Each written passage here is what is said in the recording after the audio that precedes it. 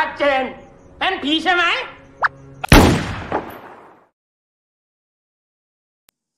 Nah, halo sedulurku, ketemu lagi dengan saya, pendongeng film. Nah, di video kali ini saya akan mendongengkan sebuah film yang berjudul Grandma yang dirilis pada tahun 2016.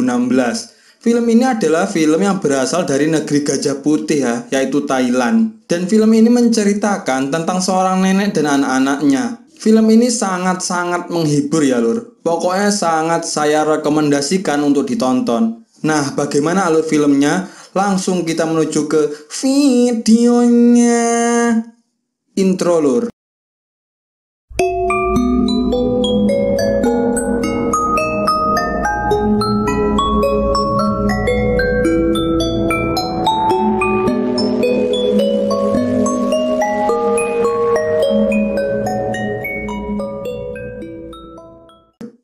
Di awal film kita diperlihatkan suasana malam yang sangat mencekam dan di sana terlihat seorang nenek duduk di kursi roda yang sedang mencari orang bernama Ayok dan Amau. Dan tiba-tiba ada yang menariknya dari belakang dan ia pun menghilang di antara kabut asap. Di pagi hari nenek itu ditemukan sekarat di atas ranjang, kemudian seorang biksu mendatangi rumah itu dan ia dipersilahkan masuk. Ketika ditanyai kabar tentang ibu mereka yaitu nenek yang sedang sekarat itu, Amau si kepala pelayan mengatakan untuk menyiapkan krematorium dan si tukang sapu juga berpendapat sama bahwa nenek itu mungkin umurnya tidak akan bertahan lama. Dan benar saja ternyata si nenek sedang kritis di mana dokter mengatakan hidupnya hanya tergantung ventilator. Ketika anak-anaknya berdebat untuk melepas ventilatornya atau tidak, tiba-tiba si nenek terbangun dan kemudian pingsan lagi coy.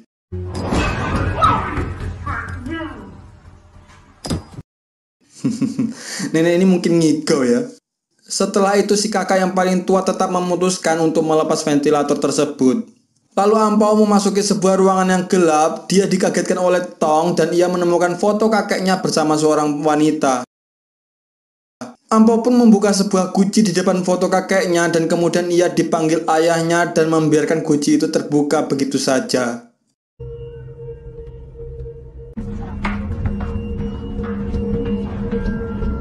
Lalu anak bungsu si nenek bernama Tinoy datang bersama Ayok. Mereka dikagetkan dengan keadaan ibunya yang telah tiada dan Tinoy ini marah kepada kakaknya karena tidak menunggunya saat melepas ventilator tersebut. Sang kepala pelayan kemudian membacakan surat wasiat yang ditinggalkan sang nenek yang isinya yaitu malam pertama si nenek ingin Nyok yang mengurusnya dan semua beristirahat di tempat masing-masing.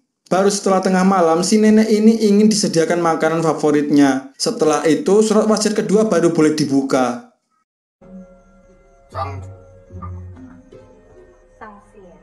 Saat semuanya beristirahat, sang nenek kemudian menghantui mereka semua, mulai dari anak tertuanya yang sedang sibuk dengan saham yang sedang turun.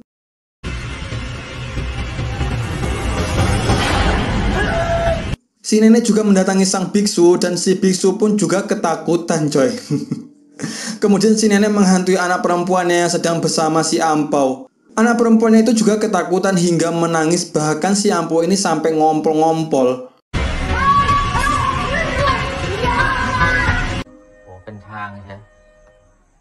Ampau. Sang nenek kemudian mendatangi Tinoy. Di sini terlihat Tinoy lah yang paling bersedih dan ia melihat kenangan bersama sang nenek. Karena bersedih ia pun minum torpedo sampai mabuk. Dan film pun tamat. Belum coy, belum. Tengah malam pun tiba, mayat si nenek kemudian dikumpulkan bersama mereka semua kecuali Tinoy. Dan mereka semua ini telah menyuguhkan makanan favorit sang nenek sesuai wasiatnya tersebut. Nenek yang didudukan di dekat meja makan itu malah tiba-tiba kepalanya ini nyeglok ke meja coy. Dan ketika ditegakkan kembali, mayat sang nenek ini malah menggigit paha ayam sebelah kiri.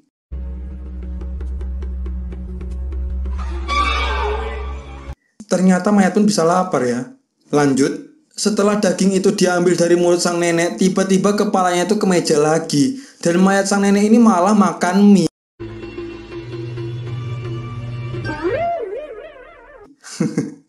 Ini film memang ngakak cuy. Dan selang beberapa saat lampu pun mati dan terdengar suara seperti benturan ke meja. Yang ternyata ada sosok hantu wanita berada di atas meja dan membentur-benturkan kepala sang nenek tersebut. Kemudian lampu menyala kembali dan hantu itu menunjuk ke arah Amo menggunakan pisau. Dia mengatakan bahwa saat ini adalah saat-saat yang ia tunggu-tunggu selama ini. Masa lalu pun ia ceritakan bahwa dulu hantu wanita ini adalah istri kedua sang kakek seperti di foto yang ditemukan Ampo tadi. Saat itu nenek sedang hamil dan istri keduanya merasa diabaikan oleh sang kakek. Hal itu membuatnya ingin meracuni sang nenek. Mengetahui hal tersebut, Amau disuruh menangkap istri kedua kakek ini dan merantainya di sebuah ruangan hingga akhirnya istri keduanya ini bunuh diri. Dan scene kembali ke masa sekarang, hantu tersebut mengatakan akan membunuh semua orang di rumah itu dan ternyata semua orang sudah melarikan diri. Jadi dari tadi ternyata nggak ada yang dengerin ceritanya, hanya Amau saja yang ada di sana dan ia pun ikut melarikan diri. Amo lalu mendatangi Samri dan ia menanyakan jimat. Samri pun menunjukkan jimatnya. Rupanya jimatnya itu ya biksu tadi.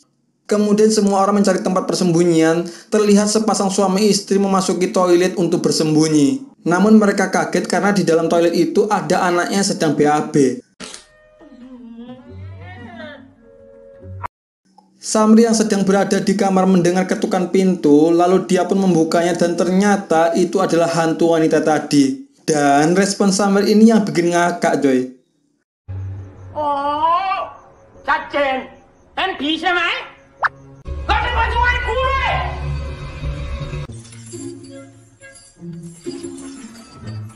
Hantu itu dibuatnya nggak ada harga diri. Saat hantu itu pergi, Samri ikutan keluar karena dipanggil Amau. Sang biksu yang juga ketakutan itu pun juga ikut keluar. Lalu hantu perempuan itu pun masuk ke toilet dan mendapati Ampau sedang BAB. Serius, ini nggak orang tua, nggak hantu, sama-sama gangguin aja orang lagi konsentrasi. Anjir. Hantu itu kemudian keluar dan bertemu Samri lagi dan...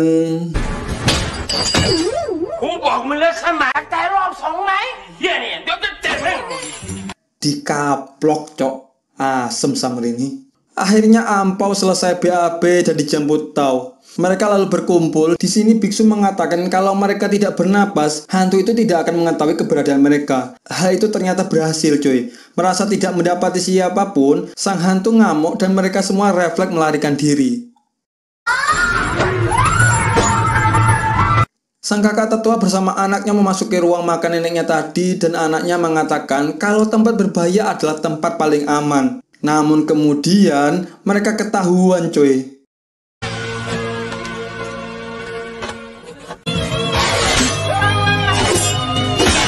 Saat mereka dihujani dengan tusukan-tusukan pisau dari atas meja, tiba-tiba pisau sang hantu itu susah dicabut dan membuat mereka berhasil melarikan diri. Di luar rumah terlihat dua orang sedang mengamati rumah itu. Mereka kebingungan karena melihat banyak orang mondar-mandir. Sedangkan di dalam rumah, pasangan suami istri ini mencoba kabur, namun hantu wanita itu muncul di depan mobilnya dan mesin mobil itu malah tidak mau menyala. Mereka pun panik, namun hantu itu kemudian menghilang. Setelah itu mesin mobil pun menyala dan tiba-tiba...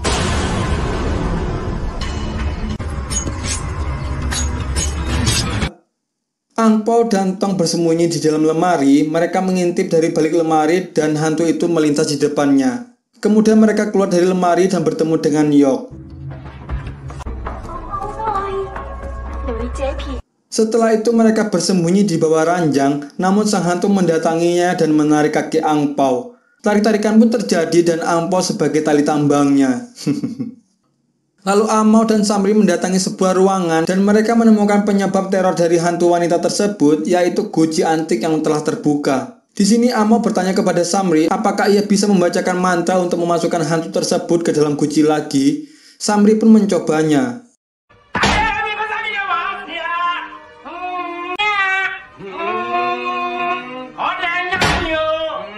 Entah apa yang dibaca Samri ini. Kemudian si biksu datang dan membacakan mantra yang sesungguhnya. Akhirnya hantu wanita itu pun tertarik masuk kembali ke dalam guci. Namun si Samri malah membuka kembali guci tersebut coy. Emang dodol. Dan hantu itu pun keluar kembali dan mencoba membunuh Tinoy. Sang biksu pun kembali mencoba membaca mantranya dan hantu itu pun kembali ke dalam guci. Keesokan harinya mereka semua berkumpul bersama guci hantu yang berada di meja. Amau dan Ayok kemudian datang membacakan surat wasiat kedua dari neneknya tersebut yang isinya menyuruh mereka semua membawa sang nenek ke tempat suaminya dimakamkan sebagai penghormatan terakhir. Baru setelah itu surat wasiat ketiga boleh dibuka. Di sana terlihat sang biksu membawa guci hantu wanita tadi karena takut akan terbuka kembali. Saat mereka semua pergi menuju makam kakeknya, terlihat polisi sedang melakukan razia kendaraan yang lewat. Di sana nampak seorang lelaki gundul membawa pil. Polisi mengira kalau itu adalah pil narkoba, namun Pak Gundul tersebut mengatakan kalau itu vitamin C. Polisi pun mencobanya dan membebaskan Pak Gundul itu. Namun kemudian terjadi hal seperti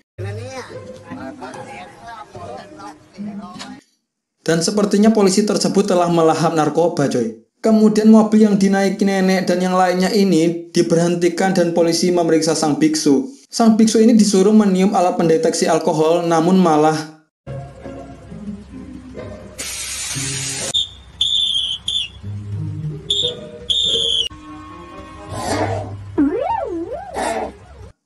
lalu polisi memeriksa yang lain. Sang polisi pun bertanya siapa nenek-nenek itu dan sang biksu menjawab, Mama loh. Setelah selesai diperiksa, mobil mereka pun dipersilahkan jalan kembali dan beberapa saat kemudian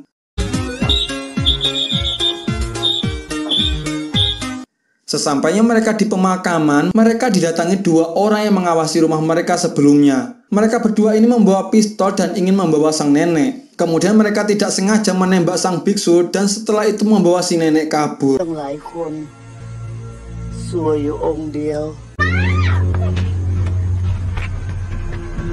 Dan di tempat razia tadi terlihat polisi menemui pengemudi dengan berbagai bentuk.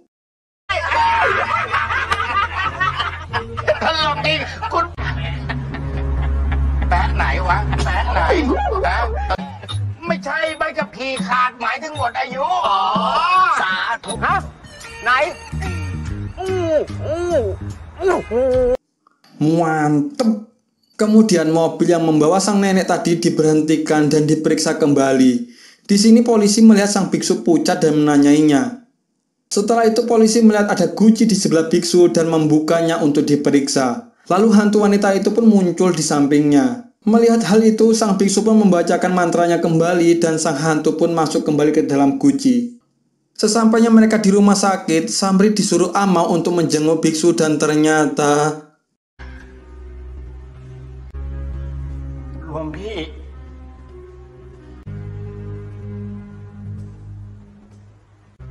ปลอดภัยแล้วครับ Saat di rumah, kakak tertua mereka marah-marah kepada Tinoy karena sang nenek telah diculik. Dan mereka ini ribut kembali coy. Tinoy mengatakan penculik itu menginginkan uang tebusan. Lalu kakak tertua pun mengajak anaknya yaitu Tar dan Tong untuk pulang. Namun mereka berdua tidak mau.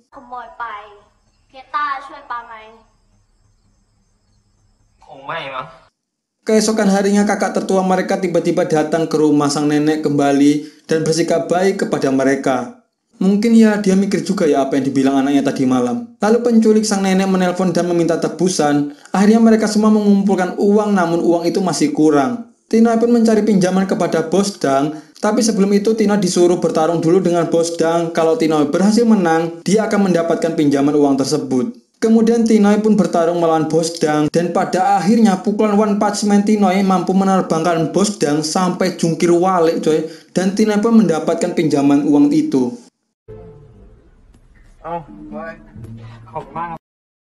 Si penculik nenek mendatangi rumah mereka dan menangkap semua anak si nenek termasuk si biksu juga. Namun Amau dengan santai berada di belakang penculik tersebut. Kakak tertua mengatakan kalau Amau lah dalang di balik semua ini. Tina bersama Ayok sampai di rumah pun kaget melihat semua orang telah diikat. Amau pun meminta uangnya kepada Ayok, namun Ayok pun ternyata di pihak Amau. Melihat hal itu Tina pun ngamuk, kerasukan Saitama dan kemudian menyerang Amau.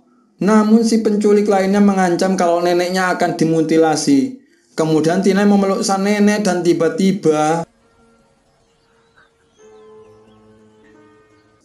Bangke, ternyata semuanya kena prank si nenek ini coy. Anjir, aku pun kena prank, termasuk kalian ya.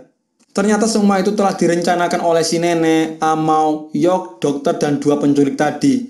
Si nenek ini sedih karena anak-anaknya ini tidak akur, makanya ia mencoba ngeprank anak-anaknya yang gunanya untuk membuat mereka semua menjadi akur. Lalu si nenek pun menceramai mereka semua.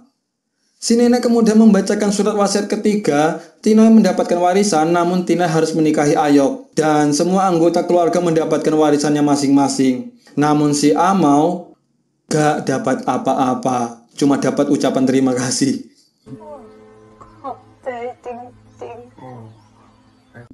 Kasian banget si Amau. Setelah itu Tinoy dan Ayok pun menikah dan waktu sesi foto-foto tiba-tiba si nenek memejamkan matanya dan film pun tamat.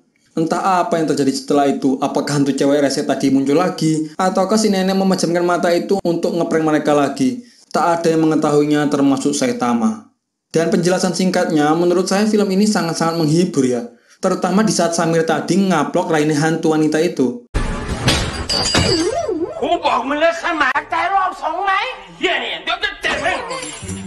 Dan pesan yang dapat diambil di film ini adalah kita sesama keluarga ada baiknya ya akur lah ya. Dan jangan sampai ada perselisihan. Daripada nanti kena prank kayak film ini, gimana? Oke, sekian video kali ini. Untuk sedulur yang baru mampir, sudilah kiranya mencet tombol subscribe ya. Biar jadi warna putih, karena putih itu suci coy. Dan terima kasih sudah menonton. Bye-bye.